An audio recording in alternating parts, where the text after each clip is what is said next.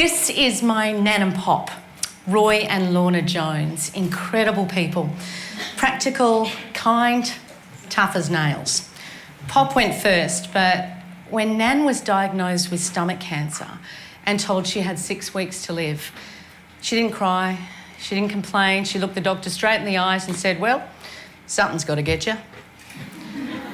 She then went home and assigned everything she owned to the family or to charity. She even wrote her own eulogy years before she got sick. Like, that's organised. Didn't want to leave it to the grandkids who'd probably tweet something heartwarming. Nan's dead, major bummer, sad face. I asked Nan if she was scared of dying and she said, Zara, look how many people have done it. How hard can it be?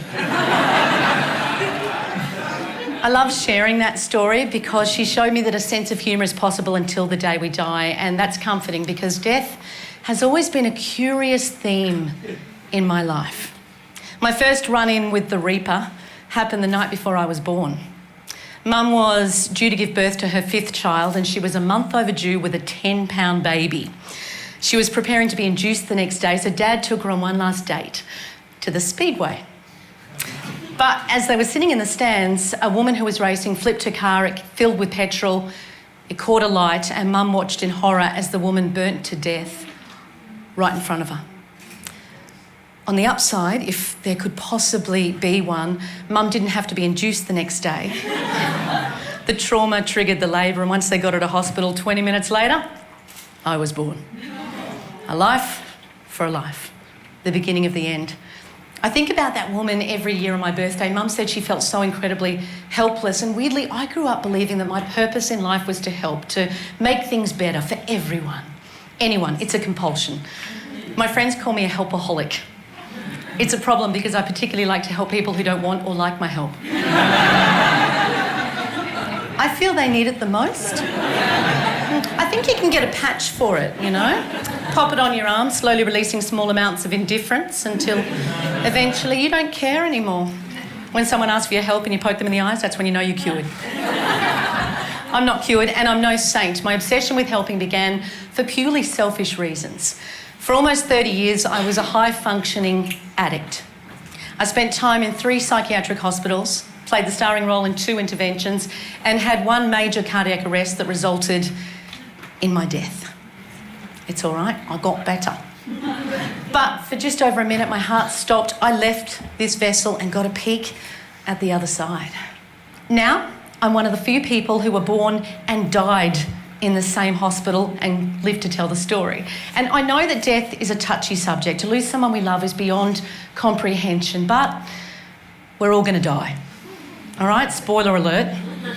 Dying is what we've all come here to do. Not today, obviously. Although, I don't know, some of these lights look they've been put up pretty quickly. And if one of you did die today, that would definitely make this talk go viral. So.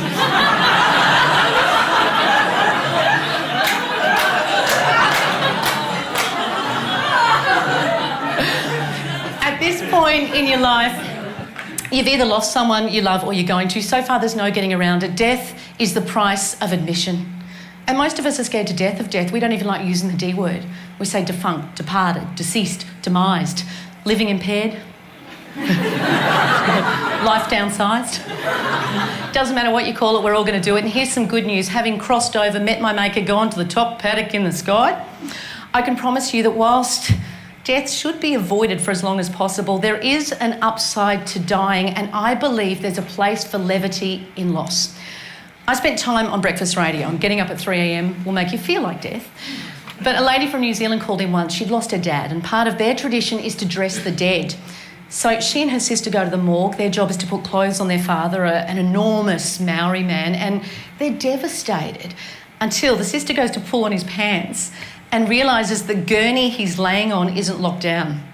So suddenly, this huge, half-naked, quite dead Maori man shoots out of the dressing room and rolls right across reception. Now, of course, they were horrified, but then she said they laughed hysterically. They couldn't stop and somehow came to terms with his passing much more quickly. If it's going to be funny in the future, why wait? And being open to finding humour in the worst moments of our lives isn't disrespectful to the dead or the dying. It's honouring life. and can give us a brief moment of reprieve before the next wave of sadness takes us over.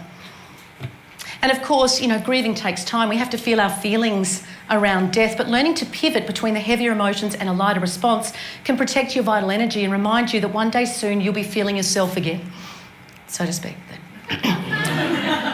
Sometimes if we let it, death can even bring out the best in us. When a group of Australians were held hostage in Sydney last year, instead of adding to the hatred and vilifying an entire religion for one man's insanity, a girl noticed a Muslim woman feeling isolated on a train platform and offered her some kindness. That story was shared online, and the hashtag I'll Ride With You travelled the globe, 150,000 retweets in the first 4 hours. A simple act of generosity, reminding people at a critical time that kindness feels better than hate. But sometimes I think we're kinder to others than we are to ourselves. This is little me. Oh no, how cute am I? I'm still struggling with some of that baby weight. It's my own fault. I love food. To me, the sign of a good dessert is one that gives you chest pains. I joke to cope, actually, because for most of my life, I didn't have a great relationship with food. I had a severe mental illness. I was bulimic. It's a very unsexy disorder and, in a way, a slow and painful suicide. To a bulimic, every minute of every day, there's an overwhelming, unrelenting struggle between being thin and wanting to eat, an angry dance driven by an intense self-loathing and unrealistic expectations. I never wanted to talk about my 30 years with an eating disorder because I was embarrassed. My complete inability to navigate the darker emotions like anxiety, guilt and shame. I couldn't help myself. I've since learnt that anxiety, guilt and shame aren't a sign of weakness. They're a sign that maybe you've been too strong for too long, keeping it together at all costs. And now that I'm older and marginally wiser, I'm kind of fascinated that an intelligent, talented and clearly fabulous woman like myself could become so incredibly sick. Why? Science is discovering that the mother's emotional response during pregnancy, and particularly at the time of birth, can have a significant effect on the unborn child. If the mother is depressed or stressed, her cortisol goes up. This is transferred to the fetus and can affect the brain and future stress responses of the baby. Now, maybe this had something to do with my illness, maybe not, but the night I was born, Mum was in deep shock. Her reaction to seeing that woman burn, as you'd expect, was sheer terror. Physically, she recoiled. And that whiplash response became my reaction in life, my default setting. On the outside, confident. On the inside, always freaking out. Remember Xena, warrior princess? I'm Zara, warrior princess. And worry is misery without a result. It does nothing. But to someone with high anxiety, everyday challenges can seem like a life and death situation, and I did everything to try and make myself feel better. I chanted affirmations like a mad woman. Every day in every way, I'm better and better. I must increase my bust. That one worked all right, actually. I should stop doing that. Extreme bulimics risk heart attack every day and can become infertile. I was extreme. I threw up 20 times a day, every day, for more than half my life. I know, it's disgusting. And feeling disgusted is actually common amongst people with eating disorders. Now, once it served a purpose. When the mammalian brain or the amygdala was running the show, disgusting was good. It stopped us from eating that poison berry, that gag reflex, actually kept us alive. Now it's displaced, and for people with eating disorders, they are often disgusted by food, but mostly they're disgusted in themselves. That's the real problem. They experience a deep guilt and subconsciously believe they have no right to live. The action of forcing myself to throw up for so long gave me a reverse curve in my neck, took the enamel off my teeth, stripped calcium from my bones, tore my stomach lining and depleted my adrenals. I'm working with a 20-year-old girl at the moment who's dying of anorexia. She has osteoarthritis right throughout her body. I do too. And may need an operation to have titanium jaw hinges implanted to replace my crumbling joints. Currently, it hurts to smile. Ow. It's worth the effort. Mum taught me sticks and stones may break my bones, but names can never hurt me. But when your foundation is rocked early, and like many Dad left our family when I was 3, so you throw a healthy dose of abandonment into the mix, and it's easy to become overly sensitive, particularly to criticism. And let's face it, kids can be cruel. You know, bullying is a problem, but what do you do when the bully's in your head, the meanest of mean girls? And I grew up on the Gold Coast. Now, I don't want this to sound like an excuse. We had meter maids, okay? A lot of pressure. If you were one of the few people who could look good in a gold bikini and manage to string a sentence together, oh, you were the whole package. One guy broke up with me because I wasn't a size 10. He said, look, I love you, but come back when you've lost 12 kilos. So hurtful. So specific. Well, I showed him, I lost 20.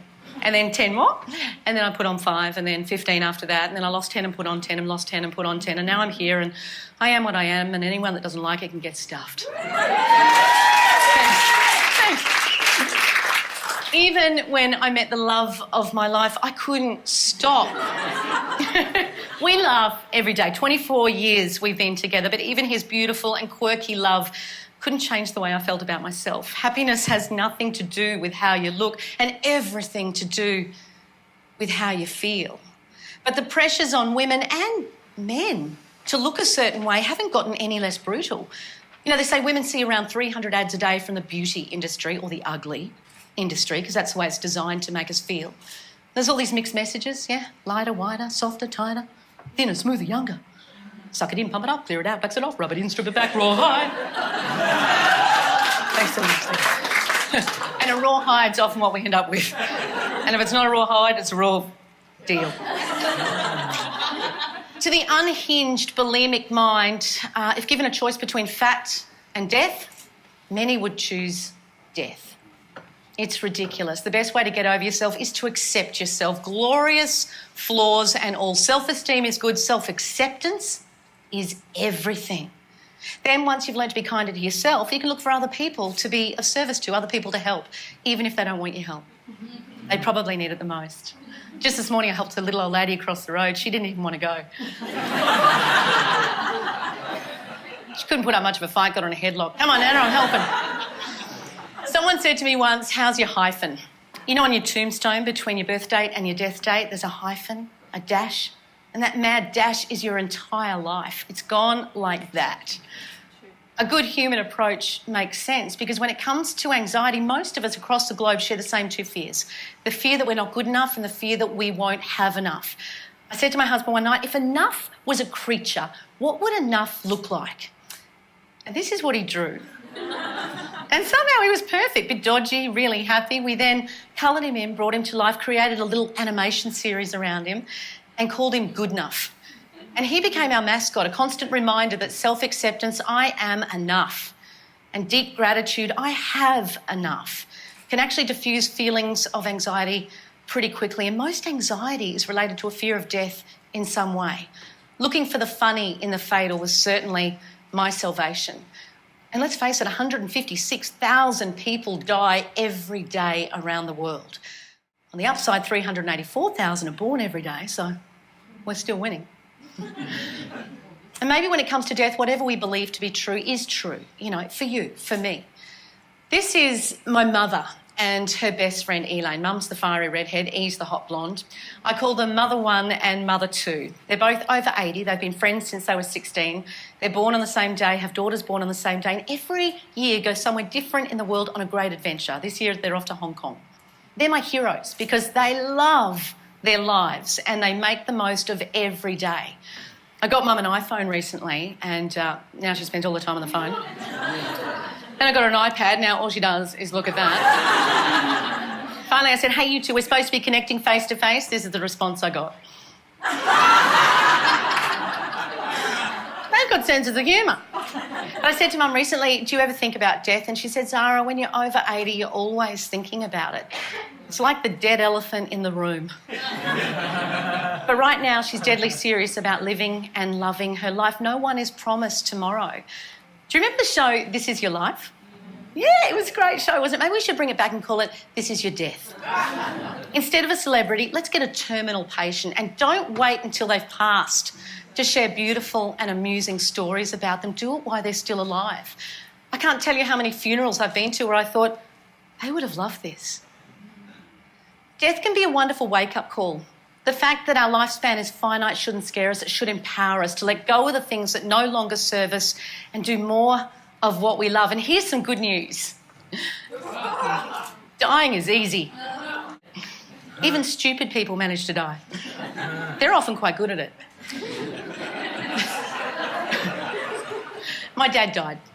He wasn't stupid. Well, he was pretty amazing, actually, unstoppable, and he loved boats. So the whole family got on the water to scatter his ashes. We came together, we told stories, we laughed. We had to laugh. You know, scattering someone's ashes isn't as easy as you see in the movies. You've got to get the wind just right. We were saying our goodbyes and it was right back in our faces. We even washed some of him off the boat using his favourite beer. I think he would have appreciated it, just quietly. In the same way that fear and excitement can produce the same physiological response, crying and laughter, or preferably both together, can create a cathartic release, and we can cope with contrasting emotions. We're big enough. Dad and I weren't close, but I loved him. In fact, I rang him every week of his life, and at the end of the call I'd always say, "I love you, Dad," and he'd always say, yep, all right, bye-bye. Next week, same thing, "Love you, Dad." Yep, all right, bye-bye. Week before he died, I said, "I love you, Dad."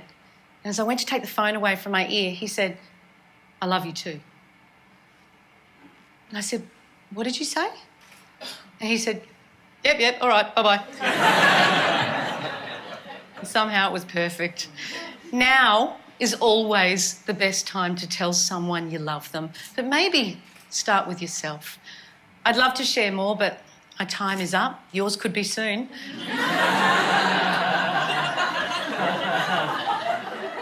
Let's make the most of it. Thank you. Thank you.